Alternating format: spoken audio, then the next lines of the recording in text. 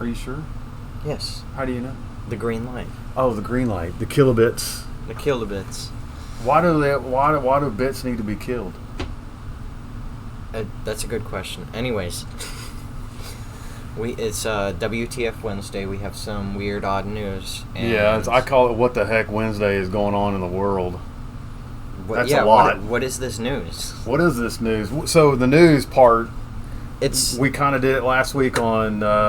We did some nice news. We did nice news. We're changing it up. A little bit odd stuff because some of that nice news was odd and it gave us inspiration. We're just shifting. Yeah, and what are some of the? So give us random headlines. We got bear eating cupcakes. We have pop art ducks returning to Hong Kong, and we got Eric Andre. Are we going to find out why a velociraptor was being hunted? Are we going to talk about that one? That one's interesting. Not to be clickbaity, but a velociraptor was being hunted, and it wasn't Chris Pratt. Let's go. Let's go. Yum, yum, yum, yum. Choo, choo. Boom. Hey, man, I like tacos. Hey, let's go to work. Chop, chop. Good hobbies.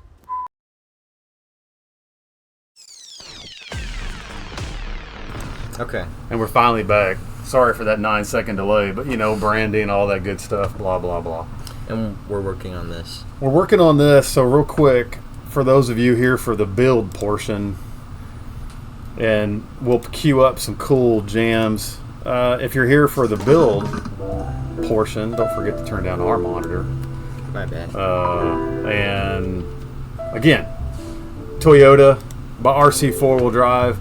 They're the scale kings. They've got so much scale in here and little hidden cool stuff that you're like, man, what is that thing? Look, there's if you're familiar with Toyota, a 22RE engine in there. It's got a little magnetic hood when it shuts. It's got leaf springs. And you're like, well, it's already built. Well, that's how it comes out of the box. It's kind of like this. But there's some stuff we're going to do to it. And it's mainly just we want to make it run, right? Yeah. And who doesn't want to see it drive? So we're going to get it driving today by the end of the stream. In the meantime, we're going to talk about weird news. That way you can take a break, come chill with us for a minute. You'll find some interesting news you may not ever hear about anywhere else. I've got some people hanging out in our Reparia entrance here. So if you hear me talking to them, that's why. And if you're new to the channel, don't forget we are a toy and hobby shop. And this is a live stream Monday through Thursday from 1 to 3 Central. We're here.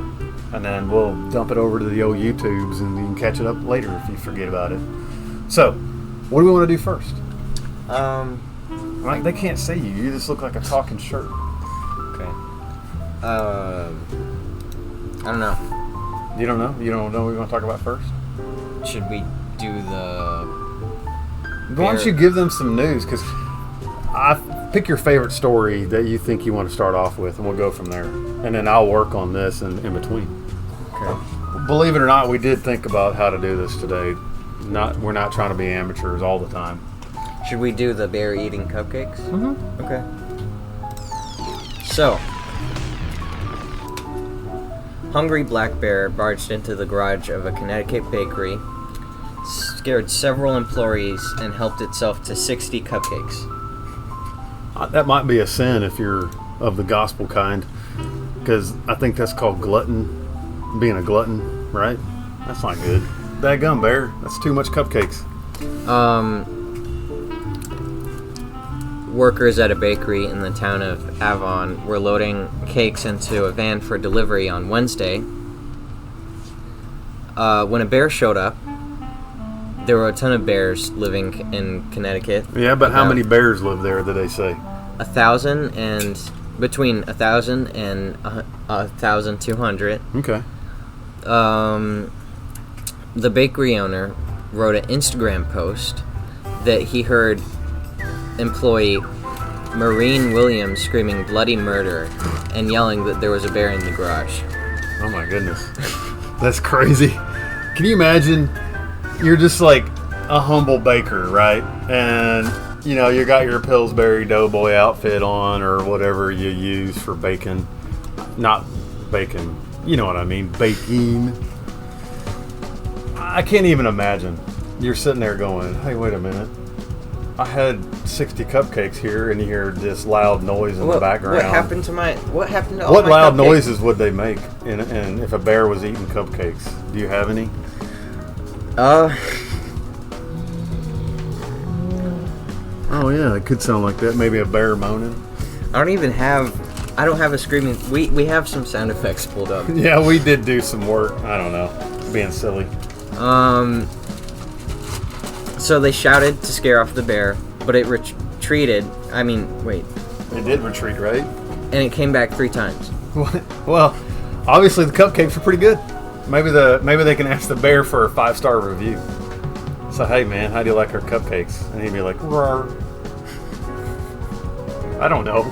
And then surveillance video obtained by the news station shows bakery workers walking around the side of the business to try to scare the bear, but then running away after it scares them. Oh my goodness. So there was a video, I guess, of the bear dragging A container of cupcakes from the garage into the parking lot. And again, it was said that the bear ate 60 cupcakes. But his tummy wasn't feeling too good.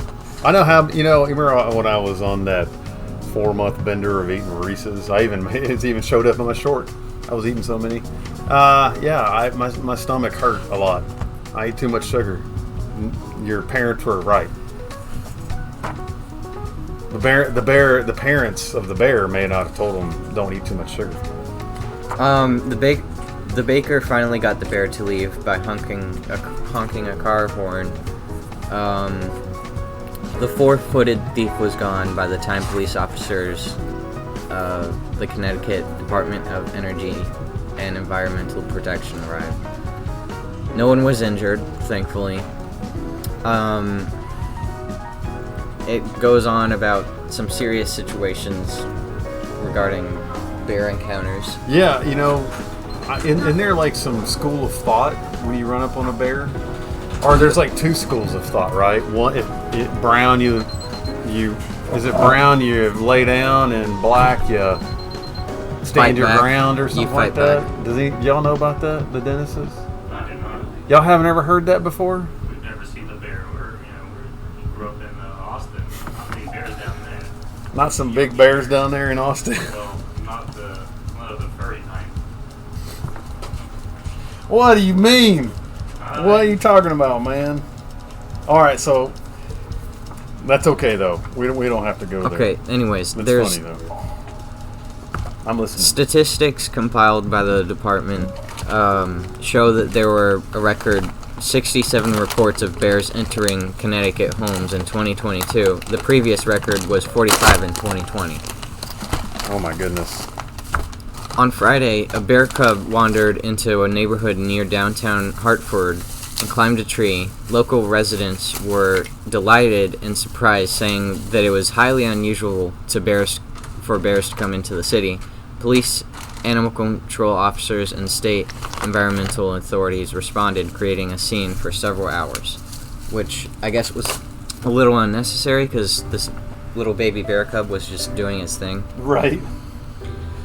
Authorities eventually tranquilized the young bear and planned to relocate it. Its destination was not disclosed, which is kind of suspicious. Why? You think there's a conspiracy there? I don't know. Why wouldn't they just say, "Oh, it was safely relocated"? That's true. Why they got to be all weird about it? Oh, we just put it somewhere. Yeah. You don't need to know. Stupid humans don't need to know where bears go. Bear-human interactions. So, well, again, if you're a baker and you live near bears, Be careful. be careful because you might end up with a bear with a bad tummy ache, or could have bad diarrhea too. If you ate too many Yeah. cupcakes. Make sure that bear doesn't wander You know, if there's a around. lot of food coloring, you know what happens. That food coloring you can't digest. Dyed bear poo? Yeah, dyed bear poo. Today, on this fancy restaurant menu, we have bear poo, and it's pink because it came out of a cupcake. Oh. Is that a delicatessen thing? You think that's like a specialty sort of thing? Probably not. I mean, because there's that coffee, that cat's poop, and That's people a drink thing? it. Yeah, Cats poop coffee and they like something like that. We'll look it up sometime re-grounded coffee. on how that even works. But there is a thing about that. I think it's cats. I don't know. Anyway, I'm gonna keep working on this. Okay. Actually, the dentist says, what else can we help y'all out with today? We were just gonna talk about maybe getting some more bodies to replace. To show you how this one. Yeah, show me. So this one, when it's got that lip, right? And so Yeah. when we drive on the street, there was like a mud patch. So going about 25, hits the mud patch, sends it tumbling in the air, and then lands right on the front end and goes. Just like in real life. Yeah, just like the real rally car. And so you can see it's it? got the whole, some of the wheels lost their marking and stuff.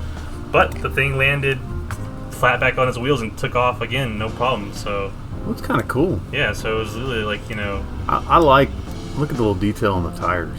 Yeah, it just kind of annoyed me. I scrubbed off some of them by accident when I rubbed it against the curb. That's okay. And I was like, oh no, there goes my branding. Right. I can't have my I gotta let them know my menu my of Pirellis. Yeah. But I mean, we wouldn't mind getting some more, because the chassis are all the same. You can just pop these bodies off, right? And get you a whole variety. Yeah, one for each day of the week. Yeah, body for each day. Yeah, That's kind of like clothes and underwear, right? Yeah. You should have one for each day of the week. You can change the wheels out. Sometimes. These little puppies. Yeah, I mean. I'm sure some people don't Hey man, change their clothes every day. When you're a teenager. That's for sure. No. Did you space out? Where'd you go? Were you still thinking about bears and cupcakes? No, I'm thinking about velociraptors. Oh, well, we can talk about velociraptors here in a minute. In South Dakota. In South Dakota. Sioux Falls. Yeah. When we'll read that in a minute, because I thought that was kind of funny. Yeah, we were reading the pamphlet as well over there about this thing. This thing is insane. Yeah, so this little Toyota, it looks like the Back to the Future Toyota, the very first one, the little pickup. And it's kind of a little sweetheart of a truck. Everybody really likes to look at it, Obviously, you're going to hopefully see it progress today. But yeah, we were admiring the body. We love the there's a lot of detail on the body. Has the KC lights that go with it and everything. Yeah. Leaf springs. I just can't stop doing that for some reason. I know. I do it with the Slash all the time as well. Just feeling those springs. It's like it just feels tactile. Yep. It's nice. So in the instructions it says, hey, just put some Velcro in. All right, that's easy. I can do that. I'm charging the battery right now.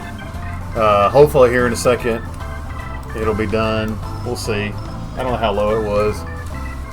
It comes with a battery and a charger, like a little wall unit. I haven't done the math. It's probably a 2 or 3 hour proposition to charge that battery via a wall charger at the minimum. So, as we always recommend, invest in a good battery charger, and then you don't have to really worry about it usually. Then your batteries are maintained better, and you get longer life. Because obviously you want your batteries to live. Well, you do want them to live. True. Why, battery, do you want to die on me? Because you're using me all the time. That's like a dad joke in a battery. Why did the battery want to die? Because he's being used all the time. I don't know where. I'm sorry, guys. Give that one a 6. A 6. I'd say like a 3. John smirked. I saw him smirk a little bit. John's smarter than anything. It's like when you feel bad. Jingle some keys and he'll smirk. You said you felt bad. You're like, he tried. I got a peanut gallery here all of a sudden. Yeah. What the heck is going on here? Honesty is the best policy. Yeah, honesty equals growth, I guess, right? Or something like that. Who knows? Kaizen is what we used to say around here. Constant improvement. Which is really hard. Yep. You have no idea. It's so hard. Doesn't even know I'm alive. I like doing the dramatic. What would that person be sound like if you were to say when you make that dramatic? Is that like a valley? Like a valley girl. Like thing? a valley girl? That's what I was Like thinking. you don't even know my life. I mean, I was gonna say my sister, but Oof, that's rough. yeah, well, honesty is the best policy. That's what I keep hearing that. No, What's we the thing about being honest? Why? I don't get it. Yeah. I don't get it. Well, son, one day you might. Definitely Really? not today. Definitely not today. Why? Because it's WTF. Yeah. What the heck is going on in the world? I kind of... Do we even want to talk about the submarine, or we just want to go, well, everybody else is doing that? That's a what the heck. Yeah, that's for sure. Definitely some many. I don't even understand. We talked about it earlier. I know the planet is talking about this right now. That's why I think it's so interesting, because it's like, hey, wait a minute, y'all did what? Yeah, it's just kind of fascinating how the logic that gets you from the point of like, yes, let's do this. This is okay. I feel totally safe doing this. Yeah, I mean, you have to have a lot of faith in that. That's for sure. Yeah.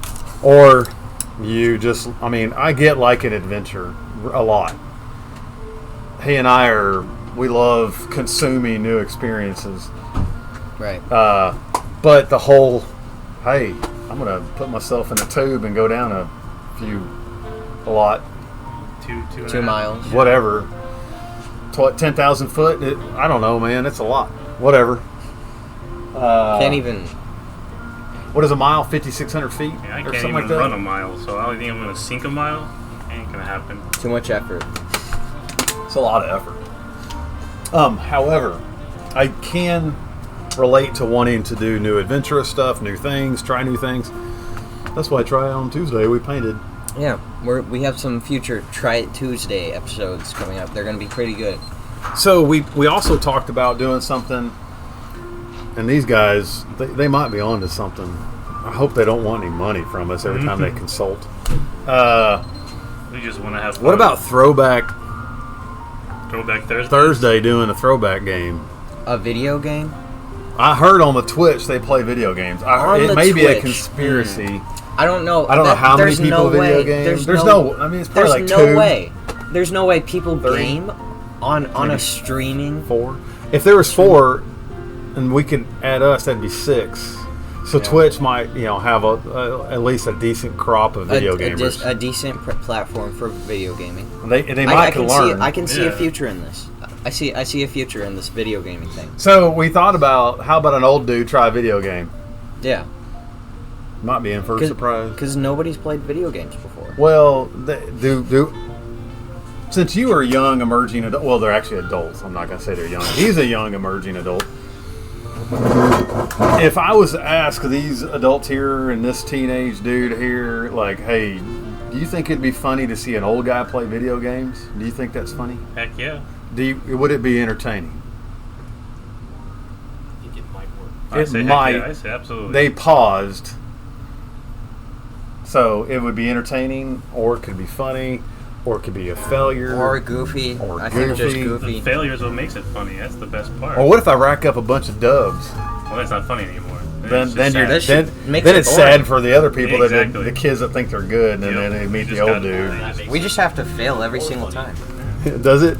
It makes it even more funny. Yeah, If the kid's yelling at you, you can say, well, I'm an adult. I'm an You're a adult. kid. Control your emotions. Well, I want to point out what we were actually talking about, playing Halo. Halo, maybe Halo Uno or Dos or Trace. Yeah. I don't care. Halo 2 is the best one in my opinion.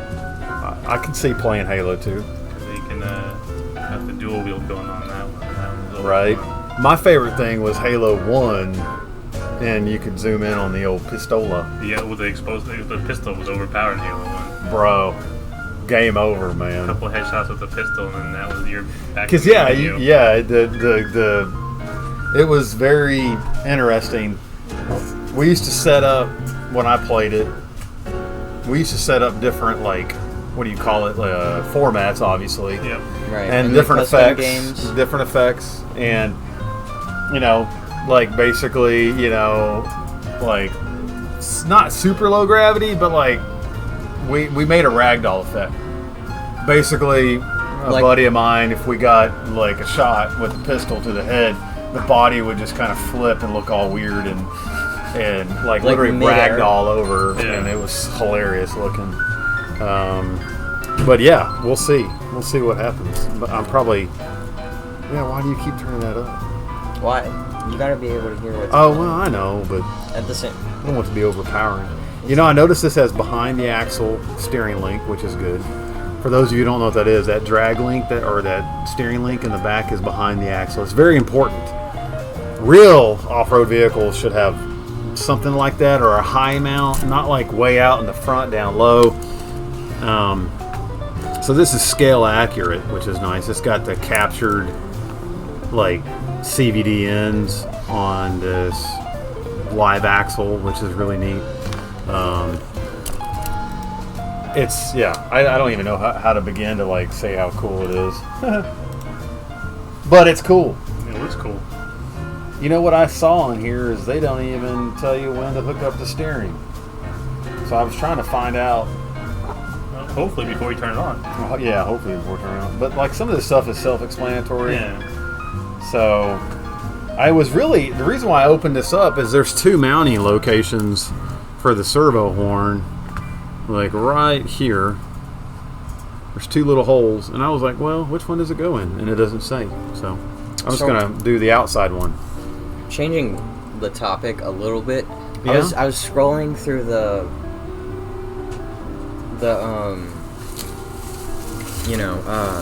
whatever you call it, music playlist. Yeah.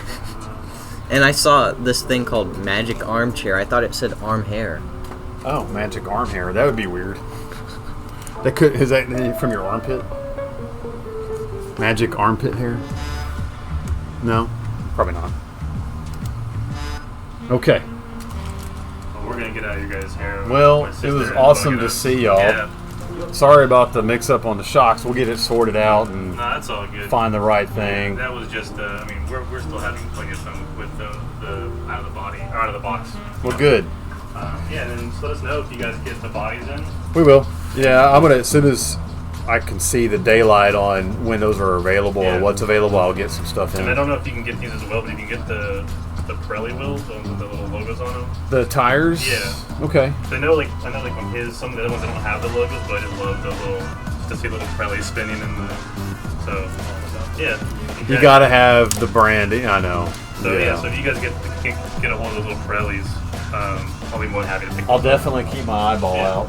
Okay. And obviously, thank you guys again. We appreciate y'all a lot. Yeah, no, I mean, we didn't know these existed until we came here, and now we found.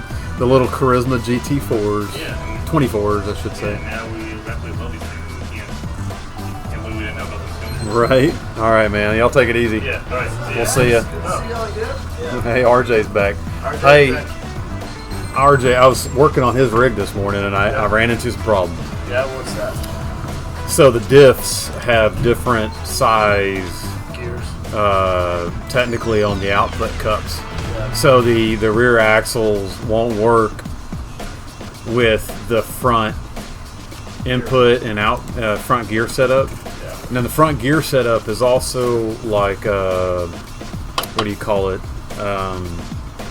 It's not a straight cut; it's a spiral cut, which is a really nice gear. Yeah. It's just that the cups have a smaller output shaft.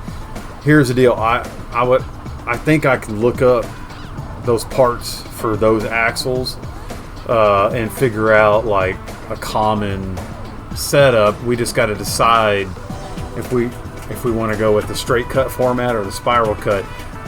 I'm a little perplexed because the spiral cut's supposed to be historically a better gear, but the output cup has got a smaller, it's slotted, we'll call it. And so the slot for the axle is tinier. So it allows for less slop. So if to me, the bigger one would be better, but the bigger piece, the bigger axle slot is only on the straight cut gears, which was what was on the rear axle. So I don't know. You tell me what direction you want to go in if you want to keep it overdrive front end. Well, Or do we wanna- I definitely need to overdrive the front end. Okay. So let's. You want to just pick a format and we go with it and Yeah. see what the best option is? I'll just weigh it out, I guess, is the only thing I can do. Let's say spiral cut. all the way Spiral up. cut? Yeah, that would be my first choice. I'll find spiral cut and see what I can come up with. All right, I appreciate you. All right, man. Race, Well, have good luck tonight on your racing. yeah. Something like that on my way. I don't know. I love this truck. Back to the Future, y'all. Get It you is, some. it is gorgeous. Just a hood lift. Yeah. It's got a 22 RE in it. Look, can you do it like that? What? I know, isn't that crazy? Oh my And then, god. and then the hood's magnetic, which you already like. What are y'all doing to this? I'm putting it together. Oh, It's for sale. yeah. Yeah. How much? Probably going to be able to run it by the end of this. I'm going to test it by the end of the stream. And how much is it? Beep, bop, boop, beep, boop, beep. I'll have to go to the website. Because I don't remember numbers. You know, numbers take up a lot of space in your head. So Yeah. I've heard. Yeah. I have to remember a lot of numbers. And I don't like it. Yeah, it's interesting. Cosmic Toys. I'm going to my own website because I don't know the price. And then this is the, what is it called? Night or Midnight? I think it's called the Midnight. Yeah, Trail Finder. I'll tell you what it's called. Right here. Trail Finder 2. Long body. 1987 extra cab hard body set.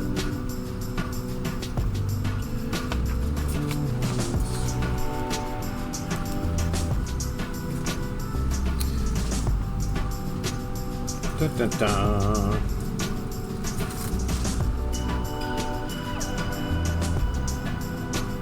It's working. Internet. It's a thing, and sometimes it's not fast.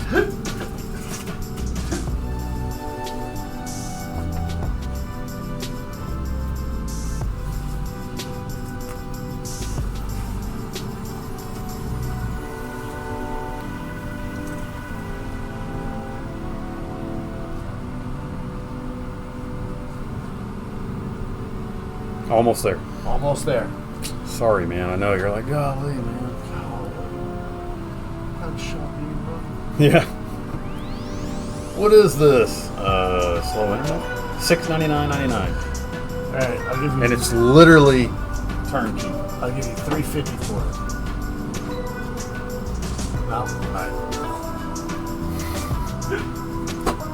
I thought about it. See you, RJ. Say it, bud. See, just a second ago, I pat Hermes on his little head while he was sleeping, and I guess he woke up. Did he wake up? Yeah. Oh, that's silly. He keeps moving around. I don't know what's going on with that.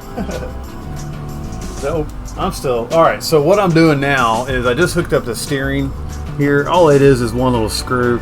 The package, the box came with 2 screws. I hope I used the right one because it's not. It looks like it's fine. Yeah. So when you're putting this stuff in, what I should have done was put a little bit of Loctite on that right here, because that screw is going into metal, and you can torque it as best you can. However, you can't put that much torque on it to keep it from coming out. And this is just blue Loctite or a thread locker, or blue historically is not like it's done. Like you can't ever get it undone. A little bit of heat So, will usually take care of that, so you can unscrew it. But the reason why we're putting it here is because this unit moves back and forth, and it's got a little pivot ball inside this piece here. But you're kind of like going, well, is it gonna come unscrewed? Well, yeah, it probably will. So what you want to do is put a little Loctite there, and that usually kind of stops that process for the screw backing out. And I just use a little bit of torque, not a whole lot, and then I'm done. Nothing. Don't try to over crank hard. I think a lot of times people put too much torque on these things, and they think that that's going to help, when in reality Loctite is really what you should have done. So that's your other tip for today. Use Loctite instead of too much torque. There you go. Okay, so I got the steering piece in, we got the Velcro on for the battery, the battery's charging. What is next? Do we know what is next? Velociraptor. The Velociraptor. Did you want me to read this one? Yeah, sure. If you know. Yeah, about we're going to take turns reading on it, and I didn't. I should have done a better job. I didn't pre-read these. We kind of pre-read them a little bit. He did because he's good at this stuff. So I think is it stand view and it's already. I know, but I was thinking about this while you were doing it. What? Oh, so that way.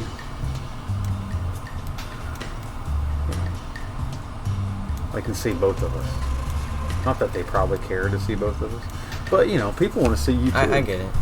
I think they want to see you. You're being silly. Okay.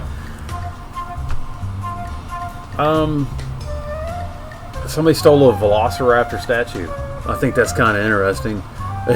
So the police hunted down a Velociraptor that was stolen from outside of South Dakota Arts and Science Center. I like that first sentence because, I mean, come on. Who doesn't? Well, I don't want to hunt a Velociraptor, not after I've seen what Chris Pratt has to go through. But Sioux Falls Police Sergeant Aaron Benson said Friday that security officers spotted 3 people carrying the statue away from the Washington Pavilion and called the police. Just after midnight, surveillance video then helped officers track the statue down to a nearby apartment. Guys, what are y'all doing? Anyway, police detained 3 suspects that were charged with grand theft. One was 18, one was 19, the other one was a kid. Well, they're all probably immature. Let's just say that. Fortunately, the statue wasn't damaged. Thank goodness. I'm sure somebody put some effort into it. The statue had many, the statue and many other dinosaur representatives were a part of representations are a part of the Dinosaurs in the Wild exhibition.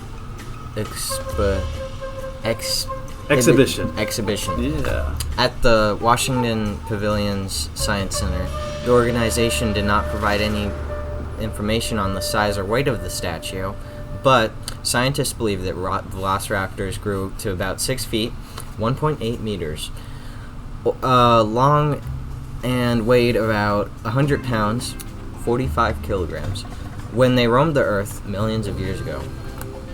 Yeah, I mean, I guess they about 6 foot tall, I guess, based on what they found for skeletons. They keep having to, evaluate how they need to better secure the dinosaur statue. 2 of the velociraptors features outside as a part of the collection of dinosaur statues. One was perched on the roof, and the other one was basically perpendicular to it at the bottom. Thanks, AP. My favorite part still is that sentence right there. It's good every now and then to have some funny, humorous writing. So, odd news. Yeah, I think it's kind of a catchy headline. I mean, it's just stealing something, and stealing's not good, but it's kind of a goofy scenario, we'll call it. Right. And he's one juvenile and 2 other teenagers. They're all a bunch of kids. So, grow up. We'll just figure it out. I don't know what they really needed. They were just bored, probably. Most of the time people do dumb stuff because they have lack of direction. They're bored. They need a hobby. A hobby. Right. You need a hobby. I'm telling you, hobbies aren't going to save the world, they're cosmic. Yeah. Prove me wrong. Okay, I'll be right back while you work on that. I'm gonna work on this, and he'll be right back. Let's zoom in a little bit, see what it kind of looks like here. So we zoomed in, and again, I'm working on the Toyota, and it wants me to charge the battery up real good. I'm trying to charge it before I put the body on, because I feel like once you get the body on, the battery may not be coming off or coming out fast, from what I can tell. So I think there's other things I can work on in the meantime, and I'm going to do the bumpers next. Yeah, it's got bumpers, because why not? So in here, it comes with these nice heavy-duty metal bumpers.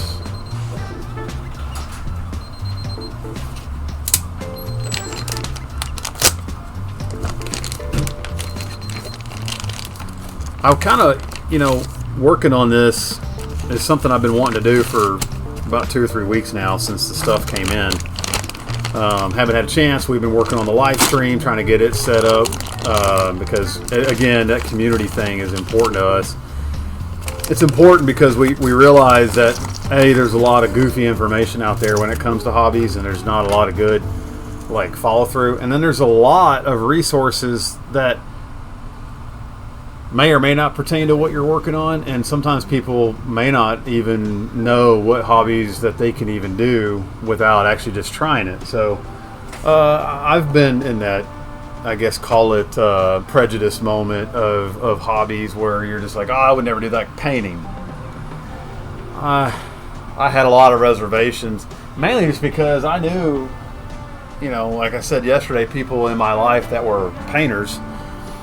And you know, they were awesome, and I was like, well, how in my brain I couldn't figure out like how that was even possible. So it's okay though. That's why, you know, we're here and we're trying to help all of you fellow builders and painters and hobbyists and just normal people, just everyday goofy knuckleheads like us. We're just trying to make a home. That's all. All right. So it has some hardware, a few screws and stuff. It looks like a bunch of random pieces here. And then, what is this? KC lights. It's kind of neat. I mean, who doesn't like KC lights? Oh, hello, son. You're back. Yeah. You know, I should move the trash can over here. Can you pass me that? I keep walking like I'm on the basketball court trying to keep you guarded. Trash can. Life's easier. Okay, so I'm working on the bumpers right now. Mainly just because, you know, I'm waiting for the battery to get done. All right, so front bumper, it has. Looks like something's supposed to slide into it. Am I just missing something here? Oh wait, look, it's right here. So, golly, the scale doesn't stop. This goes in the back side of the metal bumper, and it's just a replica of the stock bumper. And so it kind of, I don't want to say covers it up, but it's like a layer. I mean, dude, look at this thing. Oh my gosh. Oh my gosh. Oh my gosh. Gosh, look at the paint. It's got LED light pockets in the back, so you want to light it up.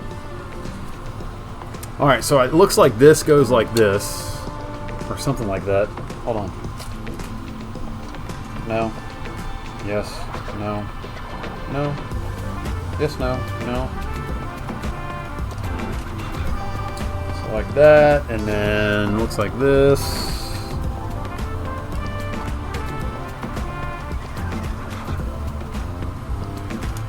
Okay, so these two pieces we have to join together first. I'm going to put this kind of like right here.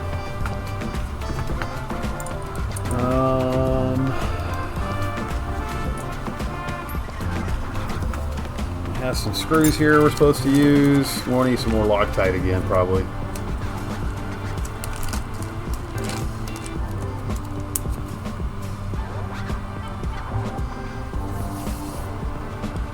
Okay. That Loctite, and then we have that dude. All right, so that should be everything I need for that. So this shows.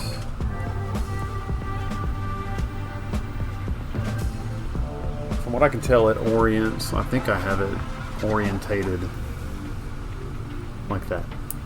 And I think that's all you're supposed to do. I'm going to put a little Loctite on this too, because it's metal on metal. I want to point something out really quick. What's that? We've been having some difficulty, like when we transfer this to YouTube, just on the thumbnails a little bit, because it, you know, like we're not actively posing for thumbnails because we're not. That's not what we're focusing on at the time. True. But you're saying doing the emoticons has kind of been fun. Makes your job easier when you make a thumbnail.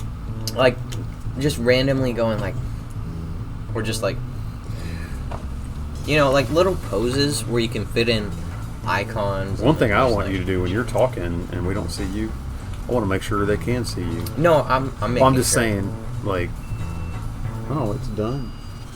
Battery? Yeah. So now I can go ahead and put it in the text. I'm just saying that, I want to be able, maybe the audience wants to see you when you're talking. I know they can kind of see your little head right there, but, maybe flip it back and forth. I don't know. Maybe the audience will tell us someday, or they'll tell me just to shut up. Okay. So now it looks like all of this kind of goes together like Sorry, this. I accidentally pulled up the next. Oh, are you ready to talk about it? Yeah, sure. No more rides to hell on bus 666 in Poland. What? There will be no more going on to hell on the bus 666. The bus to the town of Hell on Poland's Baltic coast has long been popular with tourists, but some Christian conservatives have protested the number signifying the devil on the bus, leading to a place that sounds like the word hell in English. The local bus operator announced this week that the bus 666 will no longer run to hell. Cool. It said it had flipped the last number and will now run the line under the number 669, starting on June 24th. So it's now going to go, instead of 666, it's now 669. Okay. For real? I mean, and that's it. They just said, hey, don't put those numbers together. So they just, flip the number. Turn 6 upside down. And it went to the town HEL. That's hilarious. I think the universe plays jokes on us, or people do. And sometimes we shouldn't take ourselves so seriously. You know what I mean? A bus numbered with 666 that's going to a town called HEL. Yeah, well, it says here that the line operated under the number 666 since 2006. First as a local joke before attracting riders from across Poland and beyond. Yeah, see, it was supposed to be a joke. Some people rode the bus simply to say they had taken the 666 bus to hell. They had taken the bus to hell. Or Bullish back media to reality. Yeah. That's crazy, man.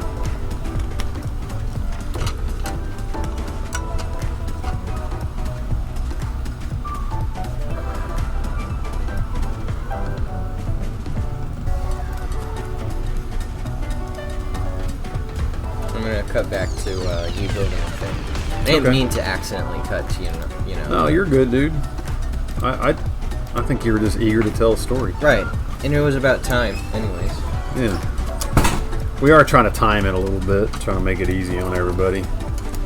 We're learning, trying to make things cool for everybody.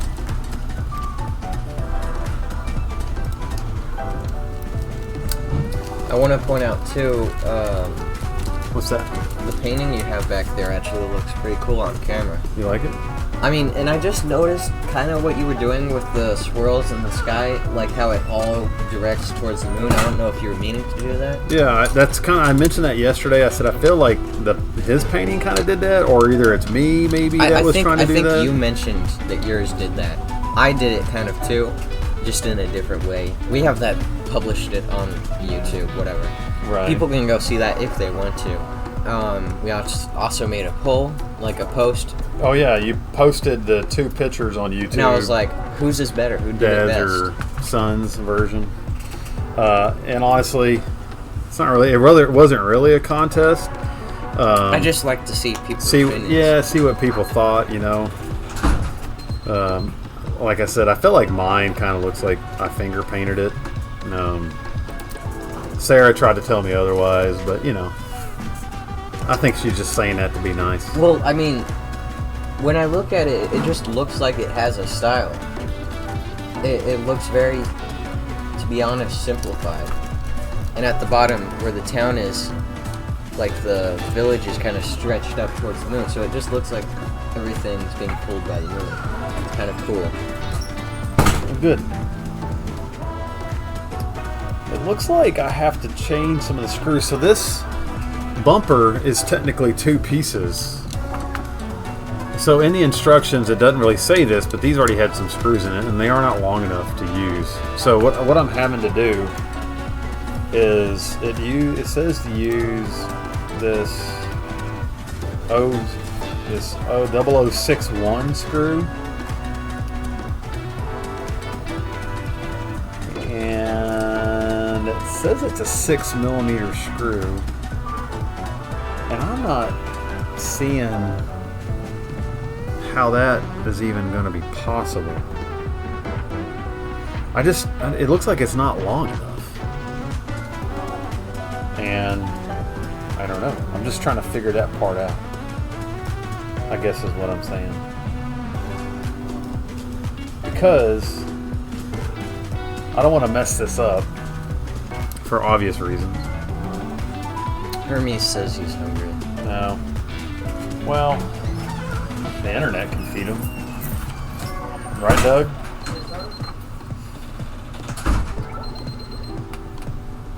They just agree to everything we say, no matter what. I know, it's kind of funny.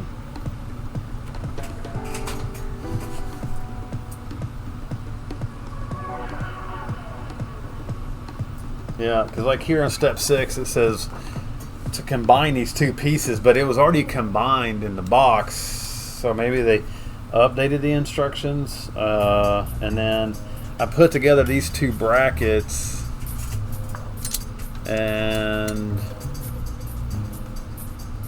those are 8mm. So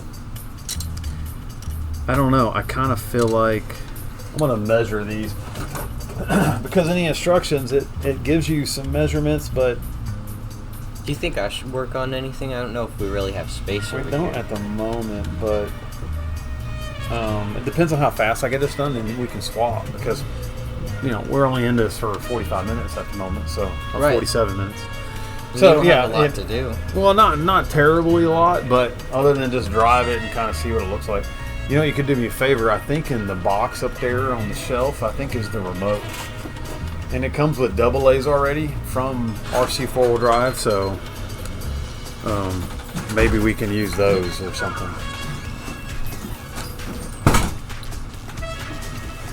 Funny, this is the box we use. This is the box we used to To hold your paint up. hold my painting up Yeah, yesterday. it's kind of silly. You said there's a remote in the box? I think I didn't get it out. I think it's still in there. Yeah, I don't see how this is possible.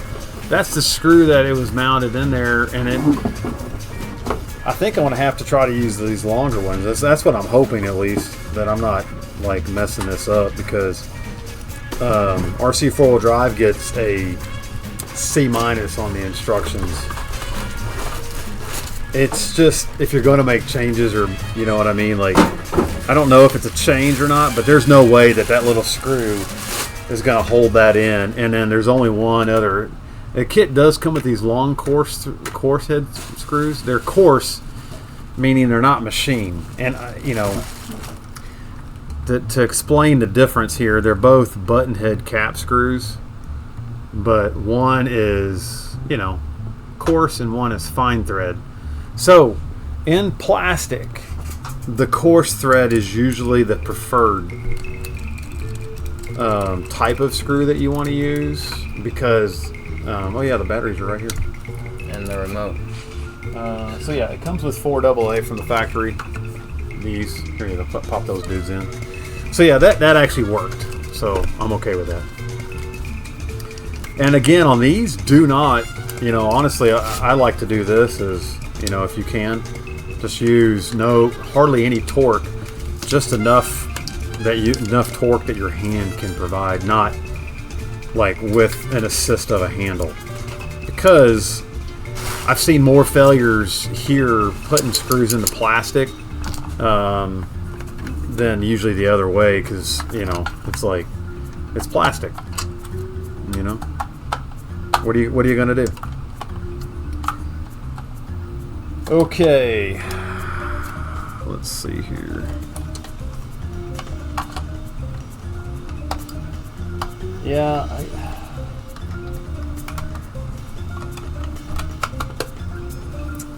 It wants 8mm screws, and I just remembered that I used one 8mm already Okay, on so the steering, on the servo. got the remote and everything. Okay. I guess I'll just wait until you're done with that. Yeah. No. Yeah, we'll be done soon with that.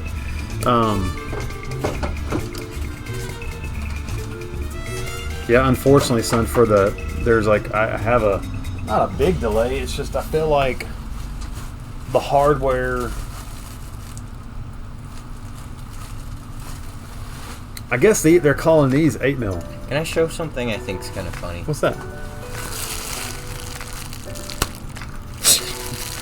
Dang, man. It's so silly. You probably can hear that. If you can't, here's a... Probably can't hear it over the music. Oh, yeah? We'll see if I turn down the music. I don't know. What do you think you should do? You think you should mute it whenever... No, because You it have comes from the something? desktop audio. It's just like we've never really used kind of soundboards before, so Oh, right. it's an interesting thing we've been trying. I'm very confused because this hardware is not going into here very well. It's like not threading.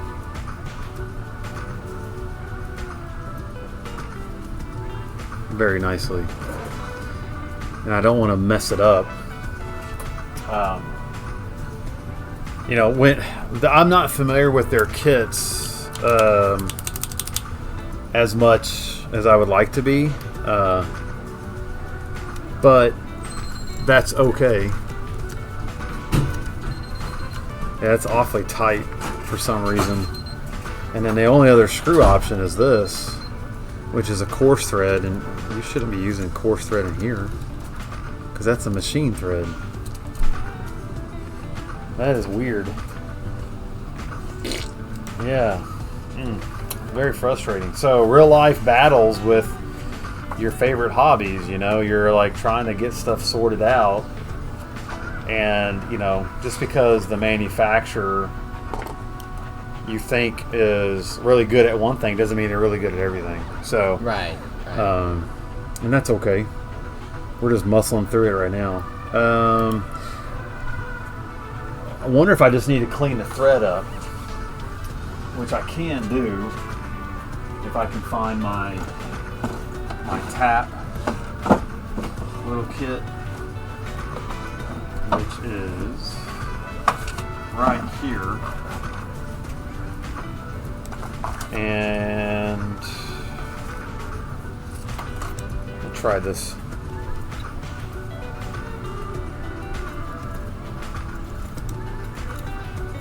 This is just a little tap. It's screwing in there pretty nicely. That one's a little crusty. It helps clean the thread up, and it's going in fairly nicely. I think it's just because it's all, maybe it's powder coated or something, and then there's some paint in there. I don't know. But don't get frustrated. Don't freak out. Take your time, you know, because if you try to rush stuff, you may never know. It may not work out that good. Oh, hello, CEO. How are you? Hi. Good. How are What's you guys? cruising today? I don't remember if it was on the stream or not, Yeah. but John or Zach one mentioned, hey, I heard this person talking about needing a Radio Shack car fixed at another store. Oh, yeah. The other store couldn't fix it or wasn't. Yeah, there was willing. another store. Yeah. And she just called. Well, fantastic. So that's the power of customers, and I love that. Our customers, we have found to be so generous. Like, And I don't know if it's just because of how we go about business differently, but the dentists that were just here earlier needed something fixed, or excuse me, they were at another hobby shop, and because they kind of cruise around town looking for random deals and stuff. I don't blame them, I would too. And then they come to us for advice on certain things, which is cool. And so they recommended us fixing a toy to another customer because another shop blew them off. So that's silly. Why even repair it? And I'm like, old toys need a new home eventually, right, Leighton? Thank you. Big or small? We fix them all. So, toys, to me, when you were a child and you had your favorite memory, we'll call it, it's important. Sometimes those memories are lasting and you're just like, I wish I still had it. I hear these all the time. I wish I still had this toy or that toy or this little Hot Wheel that I used to have. Wish I could find it or something, or this remote control car, or like a Fisher Price toy, the little baby toy that we fixed the other day. It had a little stringy and it made the arms go like, weir, weir. Sorry, now that's a clip. Dang it. Anyway, so and the music is even better. Like, all right. Anyway, you get the idea, and I'm excited. So thank you for that little bit of a ray of sunshine at the end of the day. It's not even the end of the day. It's midday. Yeah. So yeah, thank you. Anything She's else? Send some pictures to. She said it's a little bit of a drive, so she wants to know that there's like a hope A of path. fixing it before. Yeah. We do that too. I'm not afraid of trying to give some, A little bit of disposition. Yeah. Well, So, cool. Thank you. Anyway, yeah. Anything else happening? No, not much. Okay. Well, all we're doing is putting together this little Toyota, and I'm a little nervous because the screws are very tight. I think it's because I think it's because there's goop and crap and stuff in the thread. Like just stuff from whenever maybe it was powder coated or something, or anodized, or the threads are not very nice. So I told the internet or the universe that RC4WD Drive gets a little bit of a C- on that one. Their instructions are a little bit to be desired. However, maybe they just assume that you're, sometimes some of these companies, I don't think they do. They assume you know more. Or maybe you use a little bit of intuition on some things. But how many people are going to have that laying around if you're brand new to the hobby? Not many. What did you have to use that on? I had to clean out the thread. Oh. Yeah. Yeah, that's a little advanced. It was a disappointment a little bit there. But that's okay. Well, so now I'm trying to figure out how this goes in. It looks like, because it doesn't give 100% clear direction. Uh-oh. I think I noticed a mistake. Uh-oh. Either I did or I read the instructions wrong. Because it showed it.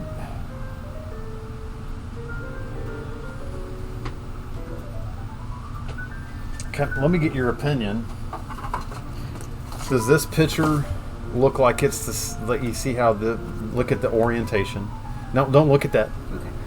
Look at this orientation here, and then look at the orientation in that picture.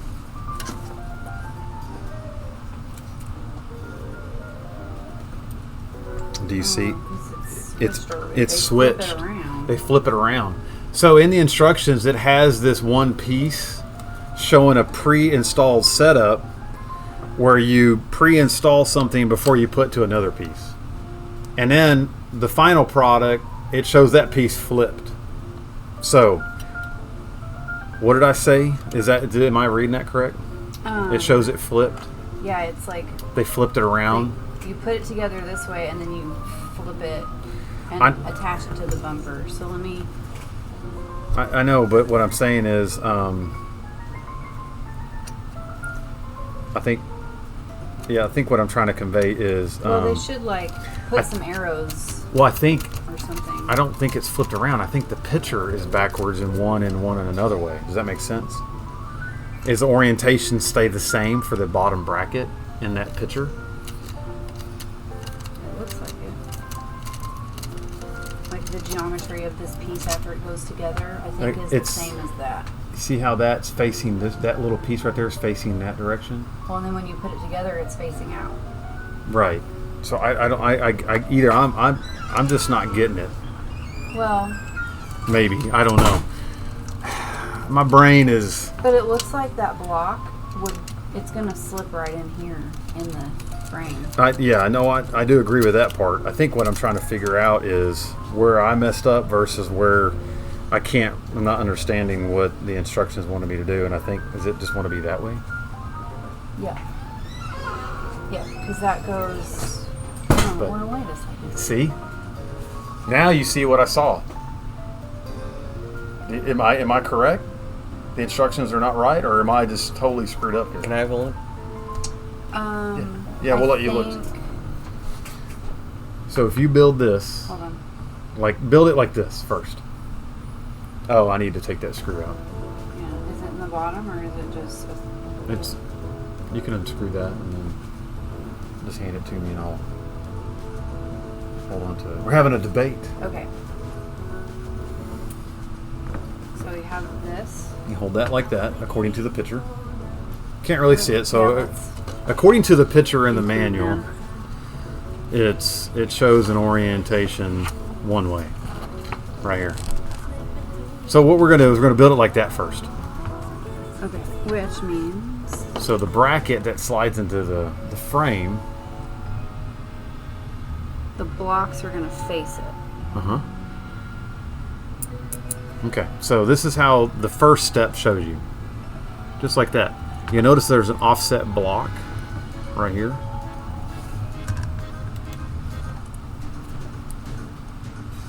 See, and all we're trying to show you is the orientation for this piece here. Because that's supposed to be received into the chassis. So now, Like that. Yep. But so now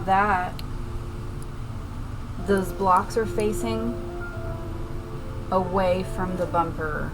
So now, the second set of instructions in the same frame shows it flipped.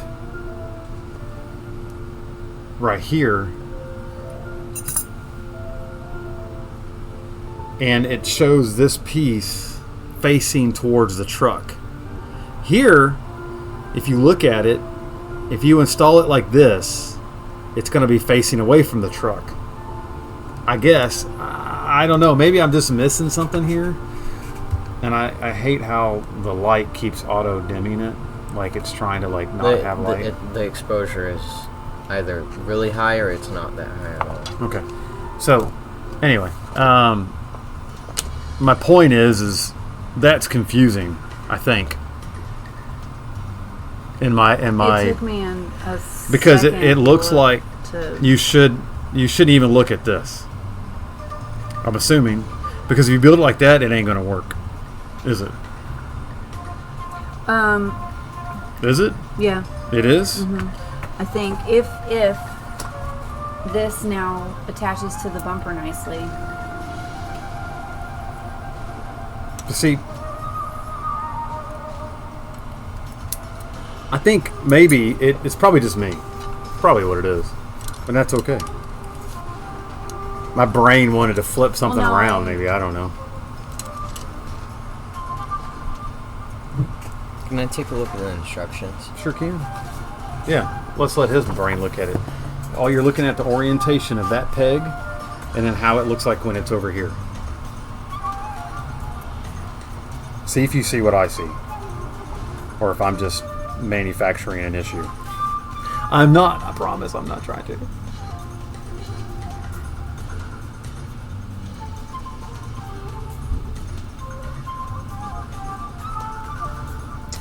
I definitely don't think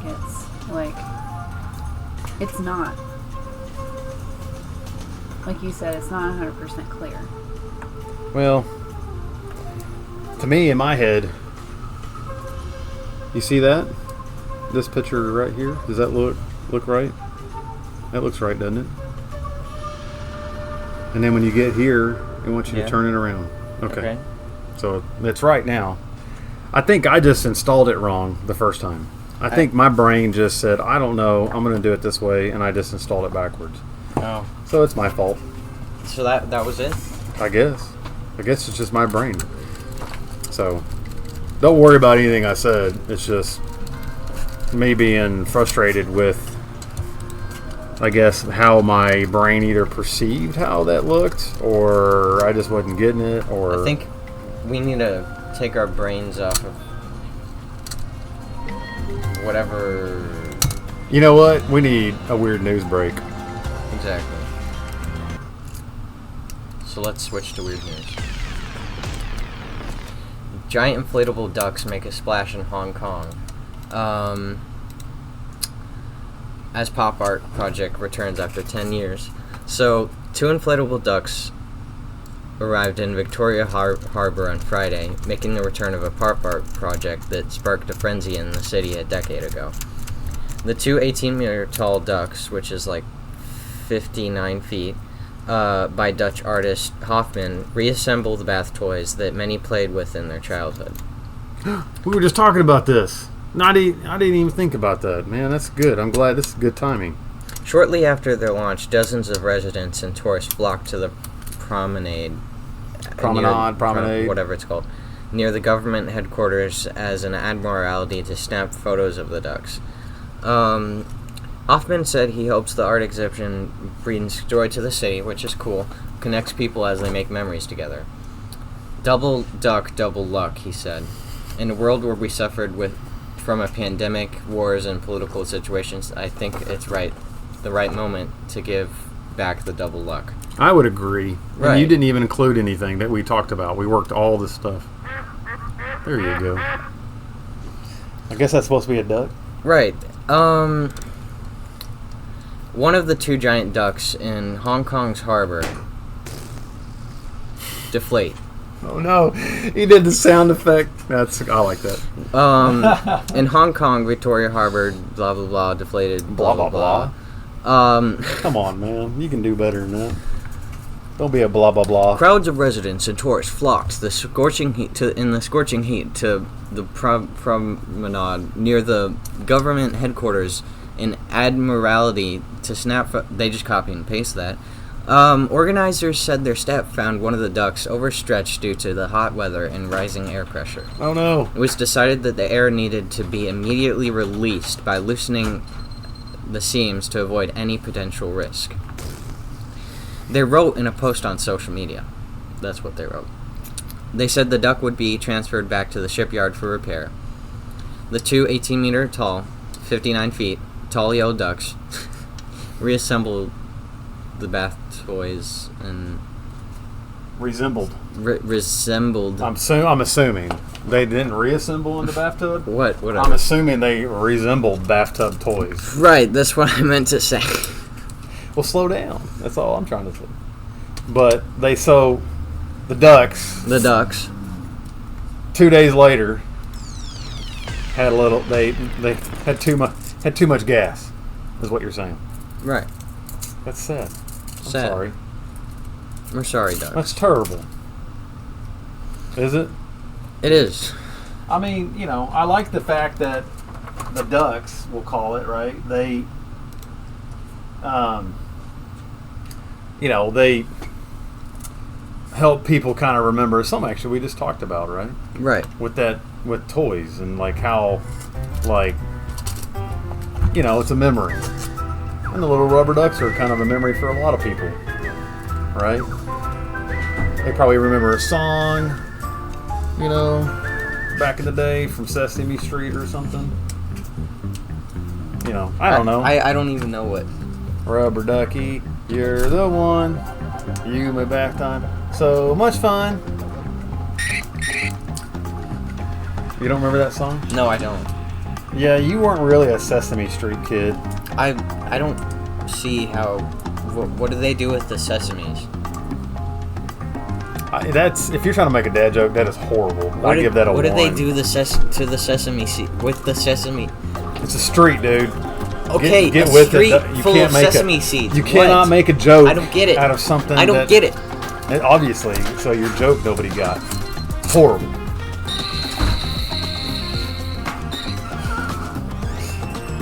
Can't make a joke like that and expect the internet not to beat on you about it.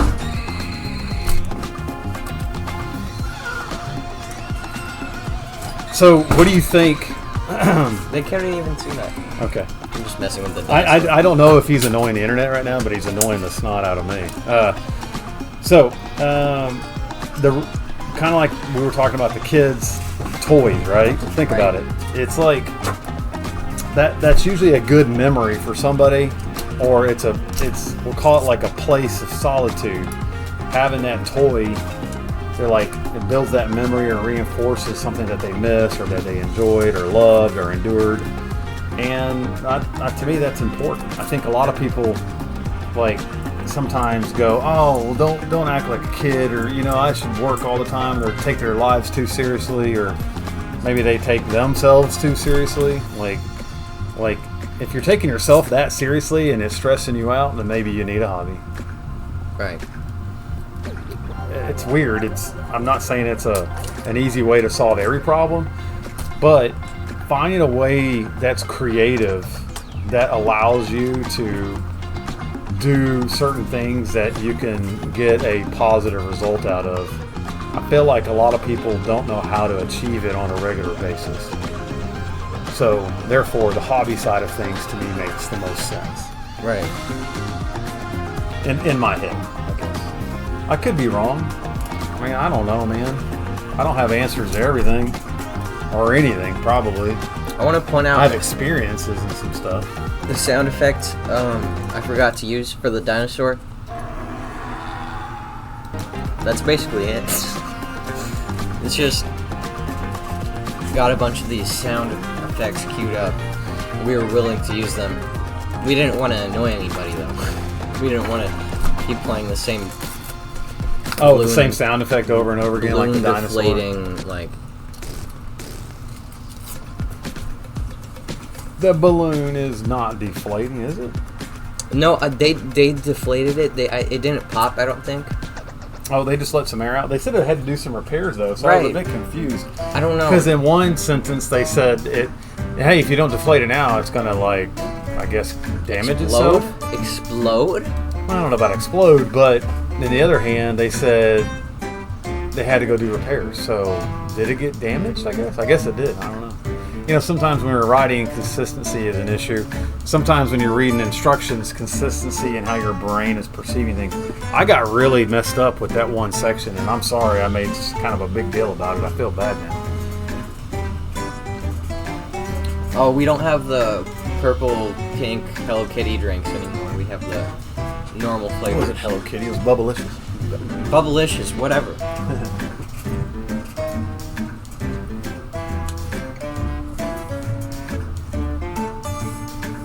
Tell you what, they give you a lot of Velcro here for this little battery.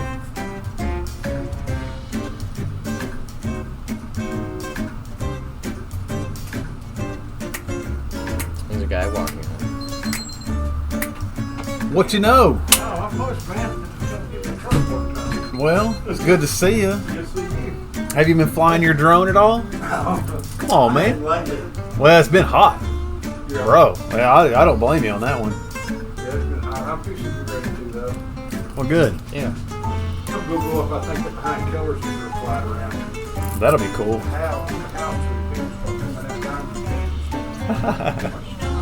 Right, yeah. Yeah. Right, just trying to have fun. Dude, wait till you see the front. We got more on the way, too. Speaking of more, yeah. Skateboards. So my son's super excited. We got him a vintage camera. Why don't you find a picture of it? Yeah, well, I know exactly what the thing is. It's a Canon AE1. AE stands for auto exposure. Why don't you put or do you want to do it on No, I RAM usage. Yeah, I got it. And then also kill any others that we've already done. Right. Because that way, we're on one machine here. We got it dialed in, but however, every now and then we don't want it to glitch out, so we're just trying to, make sure you have a good stream, and we don't get all glitchy. We don't want the stream crazy, but we want it crazy. Cray.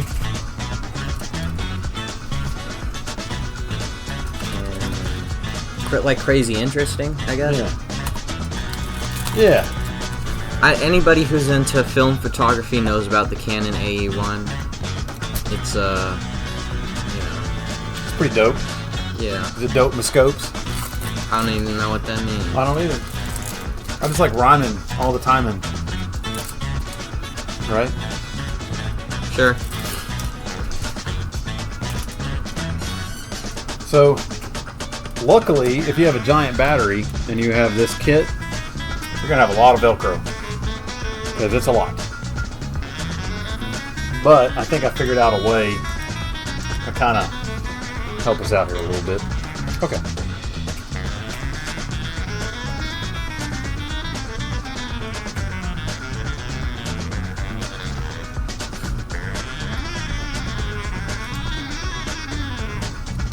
Music's crazy. It is crazy, man.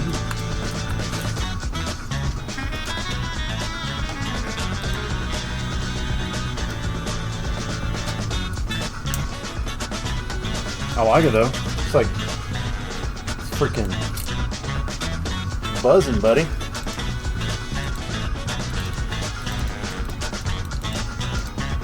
Okay. Now I'm going to do the rear bumper after I stopped whining about the front bumper.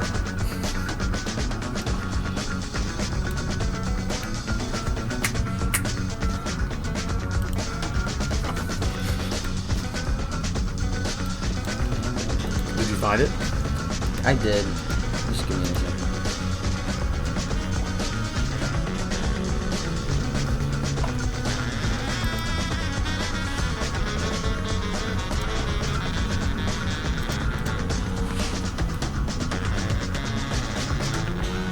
Okay, I'll talk about it now. Okay, here's the Canon AE1. You know, it has a lot of neat features. Auto exposure would be one of them.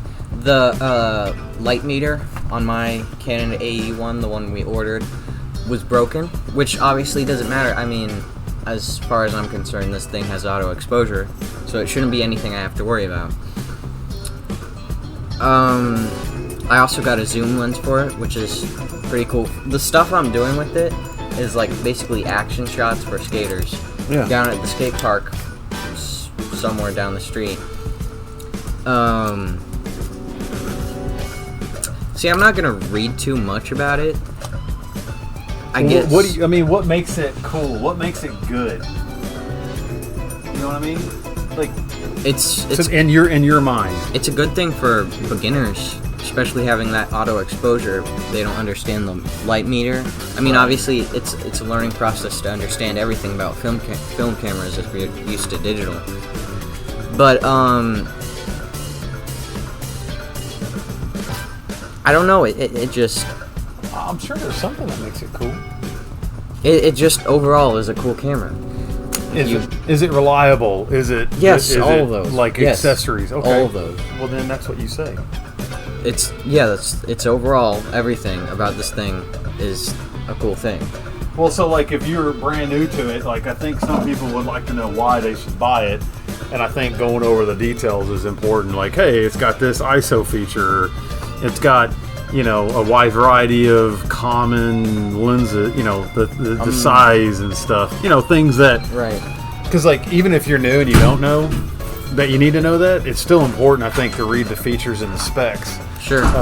Because not everybody has the time to read this, and some dude might be sitting in his garage thinking, I'd like to learn photography. Sure. I'll just go over the features. Yeah. The AE1 has a Canon FD breech lock lens mount. It accepts any FD or new FDM lens. It's not compatible with Canon's later Canon EF lens mount, which a lot of like the Canon lenses are hard to be compatible with stuff. I don't know why they make it like that, but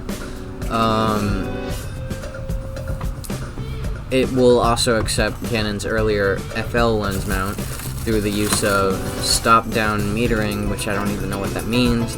Original FD lenses introduced in 1971 do not rotate in the mounting process. Instead, a locking ring at the base is turned to attach the lens. This is often criticized being slower than the other mounts in the competing cameras. You're saying that competitors think that's a...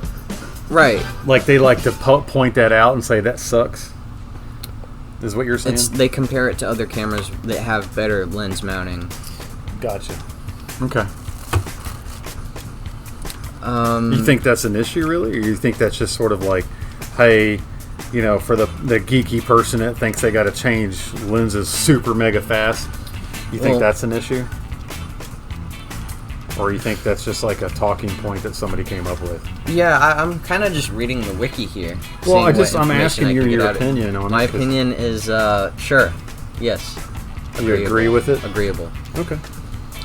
Accessories for the AE1 include the Canon Winder, a motorized single-frame film advance up to 2 frames per second, the Canon Databack, a sequential numbering or date stamping on the film. I saw that. Yeah. That was kind of neat. It stamps like the date right on the thing, like it prints it. I don't even know how that's a thing. It just like it stays on the back of the. Is it Canon? Is it branded by Canon? Or you mean it's like a trademark thing or like a patent? I don't know. Yeah. Did they make that? Maybe for the thing or? You could have. And the Canon Speedlight, a guide number 56 through 17 feet/meters at the ASA 100 and Canon. Yeah, I don't know about that. I have no idea. What is it? I don't know. Electronic flashes, glitter power. Yeah, no, I have no idea. Okay. I'm sorry. It's battery powered, which if you want to operate the thing, you're gonna have to have the battery, which isn't that big of a problem. The parts for this camera, it was very popular back in the day, so you can find parts for this basically anywhere. The prices might be a problem, but as long as you're willing to get your. Well, let's back up. I think you mentioned that before, the price. The pricing on being kind of high. However, this is a teenager talking about spending $100. I think in the grand scheme of things, for we'll say a camera that has the capability that this thing has, even in today's componentry, you're going to find that having a digital SLR that can capture moments, but an SLR, a digital version, is just changing what it sees into a 1 and a 0 and then spitting it back out as a rendering. This is capturing photons, so you have to remember that point. This ain't the same thing. Back in the day, this was like the workhorse for a lot of people, and if you were in photography, you kind of had to know some stuff. It's not a point and shoot thing now with your orange phone or your Apple phone or your Samsung or your banana phone, whatever phone you got. It's got these awesome cameras on it. I know because we can shoot a short in 4K video at 60 frames a second because we know that's what the internet wants. However, going back to what this is and why we think it's significant is when you're taking a picture, that photon, that light that comes off of that componentry is etched into a piece of paper, we'll call it. Right. Light sensitive. Light sensitive paper, and so it's literally has captured a moment. It literally captured it. So that's why it's called a capture or a photon. Right, because if you think about it, the purpose of how cameras first evolved, to me that's fascinating, because I think now I think the word I'm looking for is it's just a part of everyday life. We know that there's cameras everywhere, Right. and people are taking videos all the time, and oh, it's not that big of a deal. Who cares? That's a stupid film camera. And I feel like that art or that relationship that we used to have with just understanding even how to take a picture, I feel like a lot of people have just forgot about, and why it's so significant. It is important. There's another thing about it, how people will get into film photography and not realize that you have limited pictures, and every photo is like $1, basically. Yeah, you don't have time to mess around. You can't just delete and repeat. Right. Right. You can't, like, you do a selfie, you can't take oh, that one wasn't that good. Because you can't even see your photos. It's just whatever you're looking at during that time in the viewfinder, you hit click, that's going to be the photo. If you screwed up, you screwed up. Yeah. Nothing you can do about that. It brings value to the picture more. It gives you a sense of, like, accomplishment if you took it right, or, you know, that you learn from it. Agreed. Definitely learn from it. And so going back to that camera before we talk about anything else, Yeah. Okay. I like it. I think it's neat based on what we had already kind of discussed, but it's a hobby, right? Now it's a hobby that you can turn into a business just like anything else, but that takes practice and skill and just devotion. Yeah.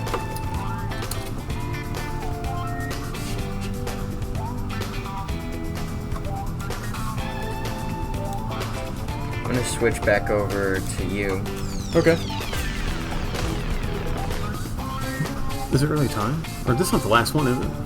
No, we have a few more. Oh yeah. Okay. So you want me to talk about that one? Right Yeah. now? Do you? I wasn't suggesting that you talk about it right now. Oh, you just queued it up. So we do have another goofy, weird article, and it's a little bit of a. I saw it, and Did you read it at all? I haven't read it completely. Because I can read it. Do you know what it basically talks about? Well, it kind of talks about his brand of humor, and we're going to tell you what we're talking about. I want to give some background here before you put context. Let me give context to the situation. Yeah. So, there's this dude I remember seeing on Adult Swim a long time ago. And he had this goofy show. It was a talk show. Yeah. Over 10 years ago, maybe 10 years ago, something like that. Well, he's still running. It's still running, and he makes movies. He's been in movies. He's kind of like, he has sort of a little, I would say, not everybody gets his humor. I get it. Some people might think it's like not cool. And I think the title's clickbaity for this, and that's what caught my eye, because I didn't see the picture at first, and when I clicked on it, I was like, what? I know this dude. I mean, I don't know him personally. However, there's also something that they didn't bring up. He doesn't have a website anymore that has this, but he used to have a website of GarageBand names, and that was literally all it was. Of GarageBand names he made up. It was hilarious, some of the GarageBand names. They were a bit crude at times, but you were just like, oh yeah, that'd be a hilarious GarageBand name. This is that type of humor that we sort of gravitate to, just goofy, off the wall. Forget social norms, forget what you think is funny. Here's Eric Andre. And this dude, I think, if he's not brilliant, he's definitely a bit crazy. Because he will put himself in situations that I find hilarious. It says, the title here, How the Most Incompetent Talk Show Host of All Time, which, that's extreme. That's a bit extreme. You gotta say... That's very clickbaity. First you say he's incompetent, then you say, of all time. If he's incompetent and he's getting guests, that is not incompetency. That is brilliant. That is absolutely brilliant. Sorry, AP, I don't care. Tell me otherwise. That's your opinion you wrote up there, not mine. Okay, you can read it. Yeah, I'll read it. Yeah. So, in LA, the Eric Andre Show is not a series that lends itself to longevity, I guess. But however, it's, 10 years, I think. This guy plays Eric Andre plays a version of himself, kind of on the show, Right. I guess. And basically, he'll satire everything, and he will put his guests in unsuspecting situations, and to create havoc, I guess. I think he enjoys. Well, okay, listen. In creativity, there's a thing about chaos. Any creative person has chaos in their life, and part of their creativity is taking that chaos and putting it into some organized fashion. His creativity is taking the chaos and showing it how it is. Right. So, he's done a movie, like, with the helps of some of the people that used to do the Jackass movies. Right. And he was even in the last Jackass, I think. And he's not a stranger to putting himself or his guests in awkward situations.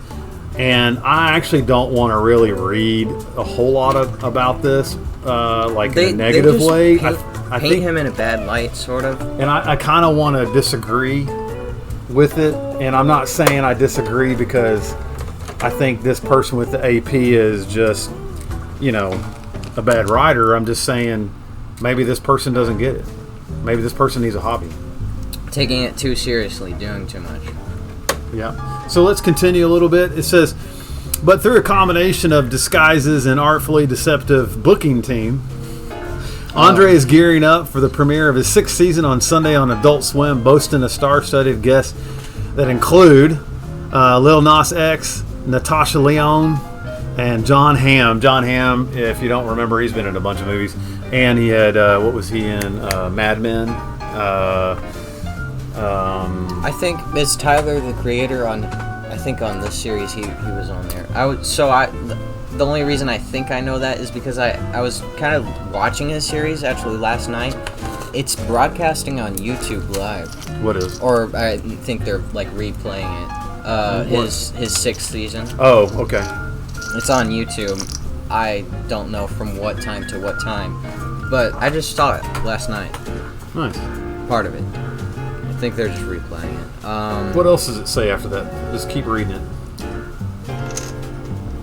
Okay. Let's find out why. Let's just keep going.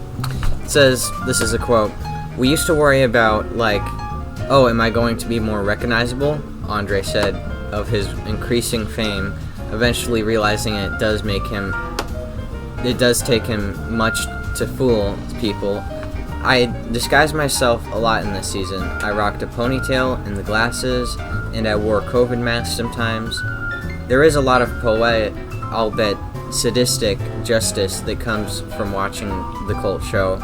Make the most of What's most that? show to make them. Can you read some of it? I don't even. The most, I think, what does it say? Envied. Envied. Envied. Yeah, sorry, I've never seen envied before, I guess, with a D. Hey, look, we don't have time to pre-read this. In case you haven't noticed, we have a toy store here. Sorry. We will get better. However, so to reread, it says, there is a kind of poetic, albeit sadistic justice that comes from watching the cult show make the most envied in society the butt of its joke, including high-profile names as Seth Rogen, Demi Lovato, Dennis Rodman, and Judy Greer. And that's the beauty of it. To me, humor, because if you take yourself that seriously and you can't take a joke, bro, why are you even doing it? So, it's just an opinion, I guess. What else does it say there? A few, including Lauren Conrad and T.I. have walked off in disgust or indignation that number is surprisingly low, given that Eric Andre often keeps his guests in emotional and physical discomfort for an hour or more, only to edit interviews down to mere minutes. "I'm in character," Andre explained. "I'm trying to just be the most absurd and incompetent talk show host of all time." So I guess they just took that, what he said. Took that quote, yeah. Once celebrities were brought on the talk show, their egos subjected to all kinds of abstinence. Anyways, both through. Let me see. Is that abasements? Kinds of abasements. I think that's what they're. We were talking about this. Let's pause for a second. Okay. So, my son, he's 14. I'm 40 something. Right. If the AP or any news outlet wants people to read stuff on a regular basis, don't try to out-talk people or outright people. Don't sit here and try to act like your thesaurus was so vast that you feel like you should use these words or whatever. Or Eric Andre might say that, or a quote. It says, all kinds of abasements, both through Andre's absurd line of questioning, through physical pranks, some all beknownst to the viewers, only revealed later to former guests. Okay. I don't see anything wrong with that. It's a break from the kind of fictitious propaganda traditional press I think he theorized mocking actors and stories they share on actual late-night talk shows. They're like, hey, on set, George Clooney played a prank on me or whatever, and they have some anecdote from the set, and it feels people can, smell like it's a little inauthentic. I believe so. Yeah, I would agree with that. Part of what makes pranks so impressive is Andre's ability to pull them off. Even when the guests become visibly angry and sometimes threatening towards him, calculating every next step, the comedian said what goes through his mind during the interviews. I don't want to laugh. I've done so much work on this, so much prep has gone to bringing the prank into production that I don't want to be the one that blows it. I can understand that. Keep scrolling. So, despite the fact that even he's not particularly comfortable with it, Andre's antics often at some point involve nudity. Either by him or the show's infamous Naked PA. Naked PA. A move that frequently pushes guests over the edge. You got to do what it takes, Andre. Ever the showman explained, there's not a lot of things that completely jaw-dropping or shocking, so nudity is just a kind of a guaranteed reaction. Although he designs outright lying to get people on the show, he concedes that he and bookers frequently bend the truth, which I get if you're trying to do a prank. I think that's a big fat duh, right? So, and then comes with the elaborate schemes to prevent the publicists from seeing the torturous pranks that unknowingly they walk their clients into. This is a long, long story. And it's good. I think there's nothing wrong with a long story. Keep going. It's good. Because the whole story, I think, was okay. What other footnotes are there, son? We don't let publicists into where the stage is, and we'll show them like fake monitor feeds and stuff. He explained, adding they're sometimes sent on a wild goose chase when they get an inkling of what's going on. He recalled having actor Robin Givens on the show last season, saying her publicist at one point demanded the interview be stopped in an effort to buy Andre more time. The show's assistant director allegedly led the publicist down a series of wrong turns throughout the building. Outside, back in, pretending he didn't know where we were, Andre said, bursting into laughter. His stunts might lead to some believe that his stunts might lead some to believe that Andre is a simple clown. But the comedian who studied upright bass at Berklee College of Music will often give glimpses to more learned corners of his brain. What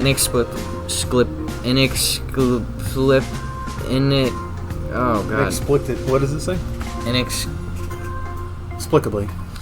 Dropping commentary on things like capitalism, militarism, amid the chaos of his interviews. Sorry, a lot of these words, like when I'm trying to read a sentence smoothly, and then I come across inexplicably. The English language kind of sucks. Because, okay, NX, I got that. Applicably. Inexplicably. It's like I said, the English language is a bit interesting because we like marry a bunch of different languages together. All right, keep going.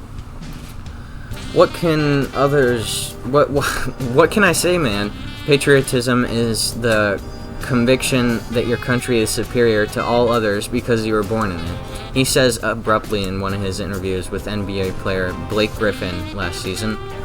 The fact that Andre keeps coming back for more has been of late a pleasant surprise for his fans, given that he at times seems ready to move on from the talk show, as well as his recent involvement in other projects. He fittingly stars in sort of a spoof on reality competition shows called the Prank Panel alongside his Jackass Forever co-star Johnny Knoxville and Gaborli Sid.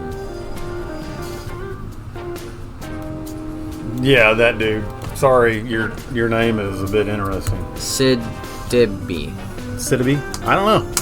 Whatever, sorry. We're going to butcher a lot of words. Well, we'll figure it out. And in 2021, after years of delays back and forth with different studios, Netflix finally released Bad Trip, a narrative film with pranks on real people and stars that Andre, Tiffany... a narrative film with pranks on real people that stars Andre, Tiffany Haddish, and Lil Rel Howery? Yeah. I've seen him in other stuff. He's a pretty funny dude too. Right. I just have to end this goofy music. Sorry. That's okay. I was going to end the show after 5 seasons, and then I didn't make my money on Bad Trip. He laughed, though he acknowledged his motivations for coming back to the Eric Honoré show were just not financial. Yeah. So why permanently close the door on a show where I have full creative freedom? He said, hinting, the door is still open for many more, I guess, after this season. Despite his claim that Bad Trip didn't make him any money, the film's success once it hit Netflix seemed to have engaged future opportunities for the comedian. He is reluctant to say more about what those projects are. It's not my corporate overlords, it's superstition, so I'll tell you when the time is right. And that's kind of cool. You know, I can appreciate that. And, you know, here we are. Go to desk view. All right. Yeah. You know, here's this adorable little truck. We're going to try to give you a better view of it here. With the bumper installed, I put everything in it. Its battery is powered up. Where's the remote, son? There it is. I'm going to turn the remote on and see if it works. Hopefully I don't have to make any adjustments to anything. There's a little switch back here somewhere. Should I adjust the camera a little more? You can. You do it. And I'm going to turn this on. Here we go. Right out of the box, the steering is backwards, so we need to fix that. How do you fix that? It's a little switch up here. So if your steering out of the box doesn't work correctly, there's a lot of times on their remotes they'll have, try not to show any of it because it washes out really bad if you show that background. So bring it more over here. Yeah. And then you can't see literally anything. All right, so that's good. I would stop moving this altogether because they're going to be like, oh my god, the camera never stops moving. So out of the box, it wasn't set up right. So it was set to normal. So what that does is when you turn the steering, think of this steering wheel if you've never driven an RC car, kind of like use it like a real steering wheel. Well, when I turn it left, it goes right. When I turn it right, it goes left. Well, we don't want that.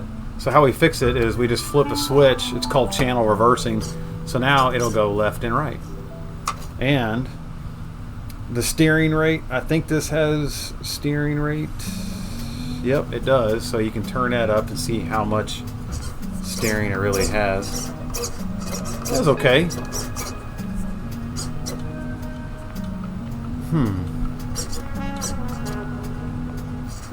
It's interesting.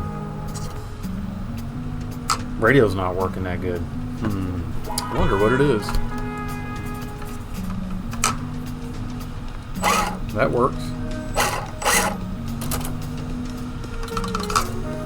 Might just be because you're on this mat. I know, So but tires are. that's interesting. It's not working that great. We'll take it I off. know, it's like, it should just work. Alright, so we're gonna see if it goes forward.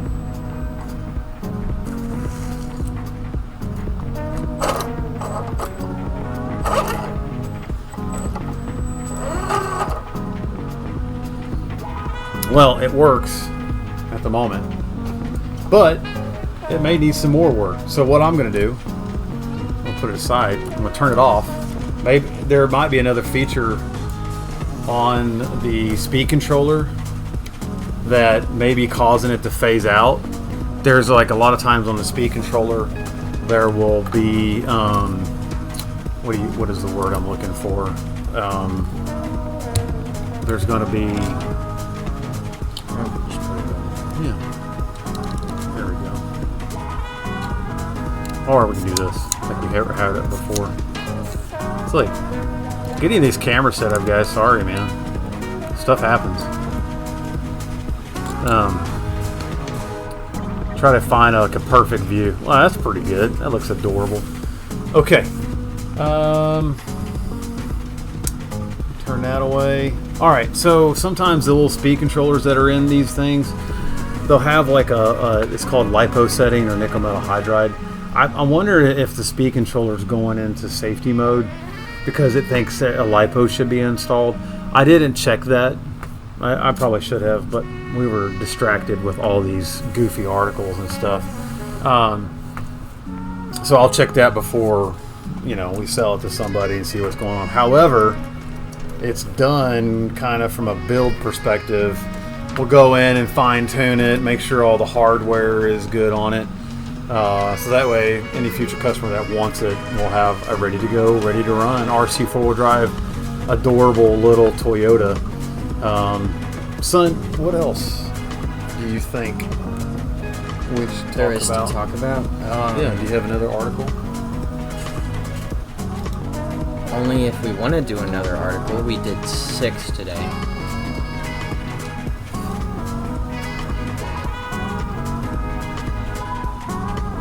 What's up? What else is up?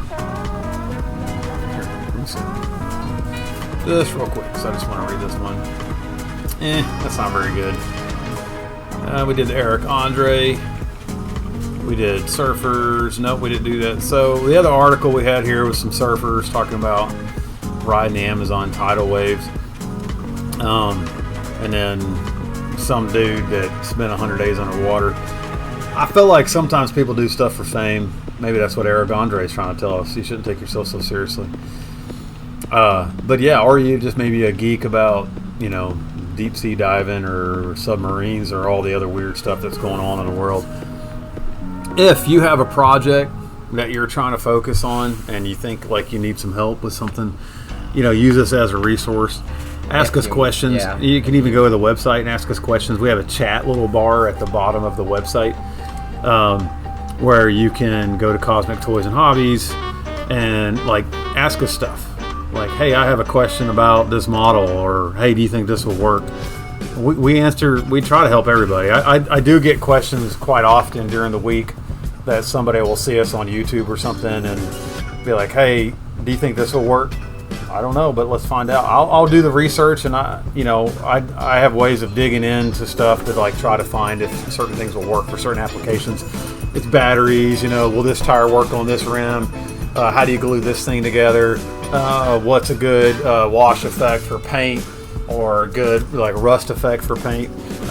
So I don't know. I mean, hobbies. I think we learned today through what the heck is going on in the world Wednesday, WTF, that you sit there and we could read a bunch of articles and do all this stuff. All we really wanted to do was kind of provide some lighter side of things. Chat, talk about this goofy stuff going on.